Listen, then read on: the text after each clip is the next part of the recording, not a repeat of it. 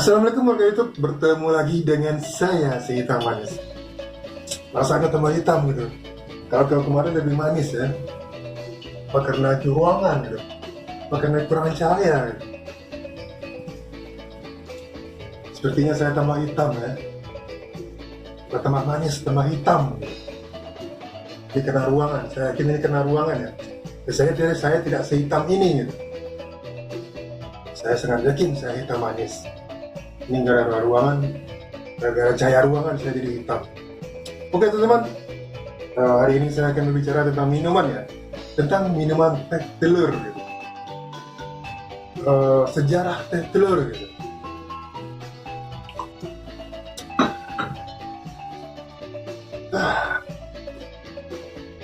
Mulai dari tadi tidak selesai teman-teman.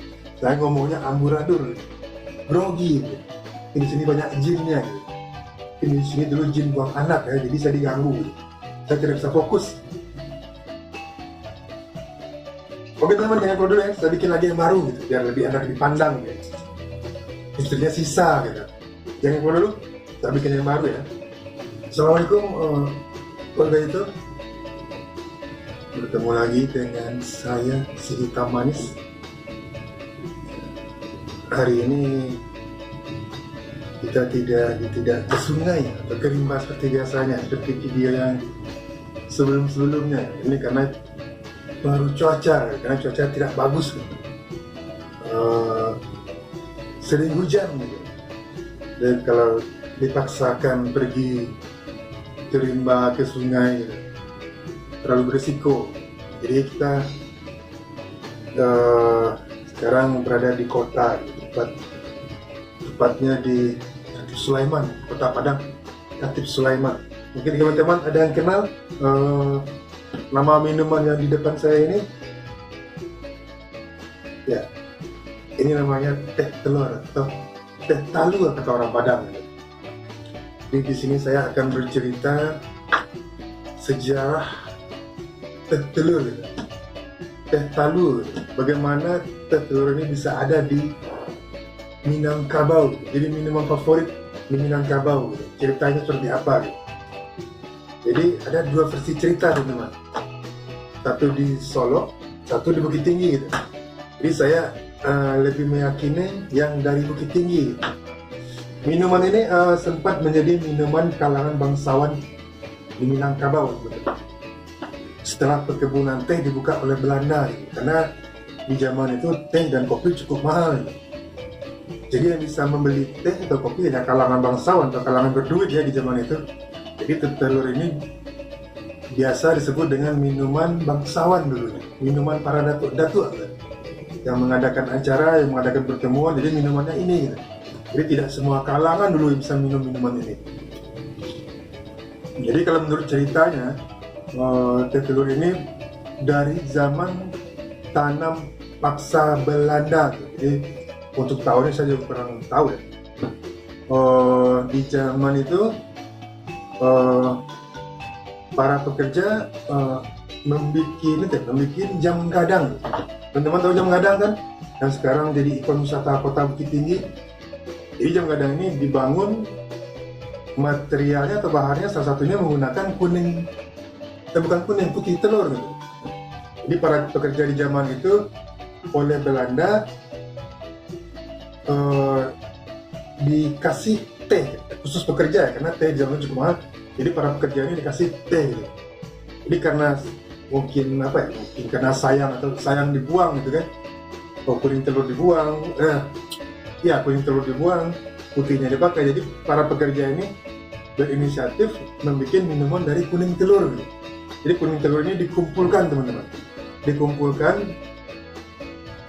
terus dijadikan minuman gitu, dicampur dengan teh gitu.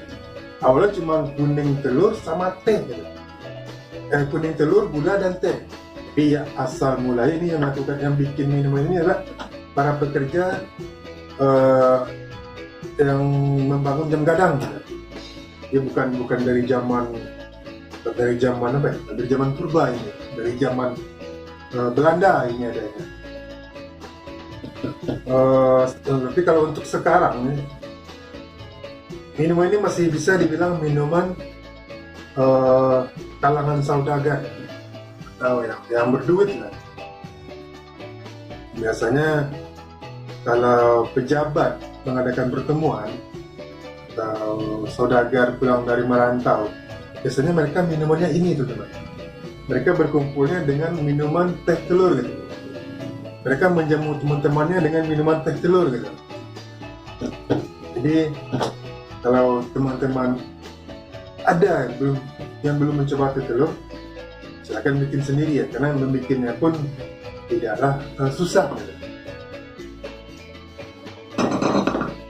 Tinggal cari di itu ya, tinggal cari di Google gitu. Jadi untuk sekarang banyak itunya ya, banyak apa? Banyak variannya. Jadi sekarang sudah ada teh telur kekinian dengan bermacam-macam campuran gitu. Jadi kalau saya suka yang lebih original, yang cukup teh, telur, sama jeruk gitu, jeruk nipis. Jadi kalau mau pakai telur etik juga boleh, telur ayam juga boleh gitu. Jadi kalau teman-teman punya cerita lain tentang sejarah teh telur, silakan komen di kolom komentar ya. Jadi ini betul-betul bisa untuk menambah stamina gitu. Diyakini, termasuk saya pun juga meyakini gitu. Ini bisa menambah stamina gitu. Apalagi ya? Sejarah ya. Sekarang di Indonesia teh telur ini sudah menyebar, bukan hanya di Sumatera Barat, bukan hanya di Minangkabau. Tapi kalau untuk di Indonesia yang membawa minuman ini, saya yakini pasti restoran Padang. Jadi kalau teman-teman belum pernah mencobanya, silakan dicoba ya di rumah, jadi di Google atau di YouTube. Jadi kalau teman-teman yang ada mampir ke Padang, silakan cari juga di warung Padang. Mungkin sampai di sini saja teman ceritanya.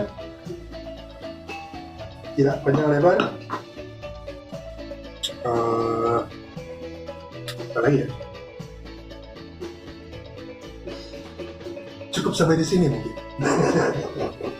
Karena kalau dibahas pun sudah tidak ada lagi. Karena ceritanya pun sederhana gitu.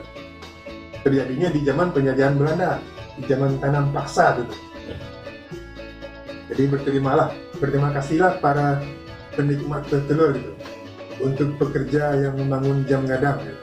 Karena dari mereka lah gitu hadir sebuah minuman yang menjadi ciri khas atau minuman, saya bilang minuman kebudayaan ya di Minangkabau gitu. Oke teman-teman yang belum subscribe, silakan di subscribe ya. Dan yang subscribe pun saya doakan yang belum punya jodoh segera punya jodoh, yang rezekinya seret segera lancar gitu.